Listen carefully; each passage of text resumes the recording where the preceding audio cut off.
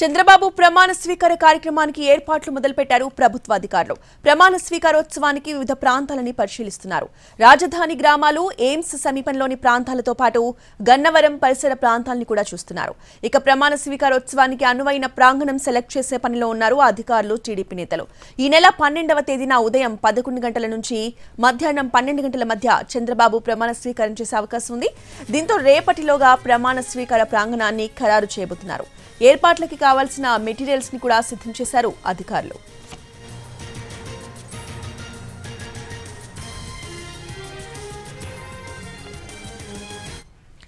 చంద్రబాబు ప్రమాణ స్వీకార కార్యక్రమానికి జరుగుతున్న ఏర్పాట్లపై పూర్తి అప్డేట్స్ ని మా ప్రతినిధి పిఎంఆర్ చంద్రశేఖర్ అందిస్తారు.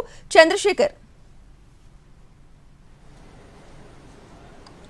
రోజా చంద్రబాబు ప్రమాణ స్వీకార కార్యక్రమం 12వ తేదీన జరగబోతుంది. ఇది ఫిక్స్ అయిపోయింది. 11వ తేదీన టీడీఎల్పీ సమావేశం పెట్టుకుంటారు విజయవాడలో. సో ఈ టీడీఎల్పీ సమావేశంలో టీడీఎల్పీ నేతగా చంద్రబాబుని ఎమ్మెల్యేలందరూ కూడా ఎన్నుకుంటారు. మొత్తం 135 మంది ఎమ్మెల్యేలు చంద్రబాబు నాయుడిని, 134 మంది ఎమ్మెల్యేలు చంద్రబాబు నాయుడిని తమ సిఎల్పీ తమ నేతగా ఎన్నుకుంటున్న పరిస్థితి ఉంటుంది. ఆ తరువాత ఆయన 12వ తేదీన ప్రమాణ స్వీకారం చేస్తారు. ఎల్పీ నేతగా ఎన్నుకున్న తర్వాత టీడీఎల్పీ నేతగా ఎన్నుకున్న తర్వాత ప్రమాణ స్వీకారం చేస్తారు. అయితే ప్రమాణ స్వీకారానికి సంబంధించిన ప్రాంగణానికి సంబంధించి ఎక్కడ ఈ ప్రమాణ స్వీకార బహిరంగ సభను నిర్వహించాలన్న అంశానికి సంబంధించి ప్రస్తుతం గ్రౌండ్ పరిశీలనలో అధికారులు కావచ్చు, అలాగే టీడీపీ నేతలు ఉన్నారు. అచ్చెన్నాయుడు నేతృత్వంలోని బృందం, టీడీ జనార్దన్ కావచ్చు, ఇతర ముఖ్య నేతలందరూ కూడా ప్రమాణ స్వీకార కార్యక్రమాన్ని ఎక్కడ నిర్వహించాలన్న అంశానికి సంబంధించి ప్రస్తుతం వివిధ ప్రాంతాలను సెట్ చేస్తున్నారు. ప్రధానంగా రాజధాని గ్రామాల్లో నిర్వహిస్తే ఏ విధంగా ఉంటుందన్న అంశానికి సంబంధించి ఉద్దండరాయనపాలెం పరిసరాల్లో ఉద్దండరాయనపాలెం పరిసరాల్లో ఎక్కడైతే అమరావతికి భూమి పూజ చేసి శంకుస్థాపన చేశారో అక్కడ నిర్వహించాలన్న ఒక ఆలోచన ఒకటి చేశారు, తలపు చేశారు. సో అక్కడ గ్రౌండ్ని పరిశీలించారు. ఆ తర్వాత ఎయిమ్స్ సమీపంలో, మంగళగిరిలో ఎయిమ్స్ హాస్పిటల్ ఉంది, దాని సమీపంలో ఉన్న కొద్దిపాటి గ్రౌండ్లో అక్కడ నిర్వహిస్తే ఏ విధంగా ఉంటుందని పరిశీలన చేశారు.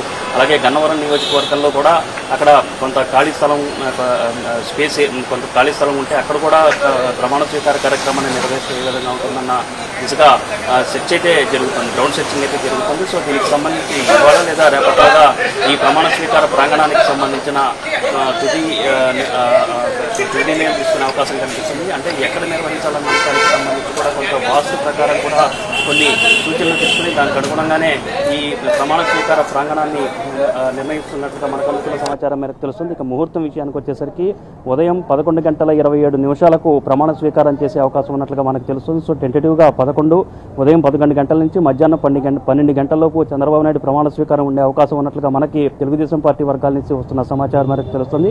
సో ఇక్కడ అధికారుల్లో భాగంగా గుంటూరు జిల్లా పరిధిలోకి వచ్చేసరికి గుంటూరు జిల్లా కలెక్టర్ వేణుగోపాల్ రెడ్డి, అలాగే ఆ జిల్లా ఎస్పీ నేతృత్వంలో అక్కడ గ్రౌండ్స్ని ఎక్కడెక్కడైతే ఉన్నాయో ఎక్కడ ప్రమాణ స్వీకారం చేపట్టచ్చు అనే అంశానికి సంబంధించి టీడీపీ నేతలతో కలిసి వెతుకుతున్నారు. మరొకవైపు కృష్ణా జిల్లా పరిధిలో కూడా, అటువైపు కృష్ణా జిల్లా, ఎన్టీఆర్ జిల్లా పరిధిలో కూడా ఎక్కడ ఖాళీ స్థలాలు ఉన్నాయని చూసుకుని ప్రమాణ స్వీకార కార్యక్రమం ఎక్కడైతే అనువుగా ఉంటుంది, ఎవరికి ఇబ్బంది లేకుండా, ట్రాఫిక్ అంతరాయం కలగకుండా ప్రమాణ స్వీకార కార్యక్రమం చేపట్టాలంటే ఎక్కడ బాగుంటుందన్న అంశానికి సంబంధించి కూడా అక్కడ గ్రౌండ్ సెర్చింగ్ వ్యవహారానికి సంబంధించి టీడీపీ నేతలు, అధికారులు వెతుకుతున్న పరిస్థితి కనిపిస్తోంది. ఈ రోజా అయితే ప్రమాణ స్వీకారానికి హాజరయ్యబోయే అతిథుల మీద కూడా డిస్కషన్ జరుగుతోంది. పిఎంఆర్ చంద్రశేఖర్, మీకు తెలిసి ఏదైనా డీటెయిల్స్ వచ్చాయా? అంటే ఎవరెవరు అటెండ్ అవ్వబోతున్నారు?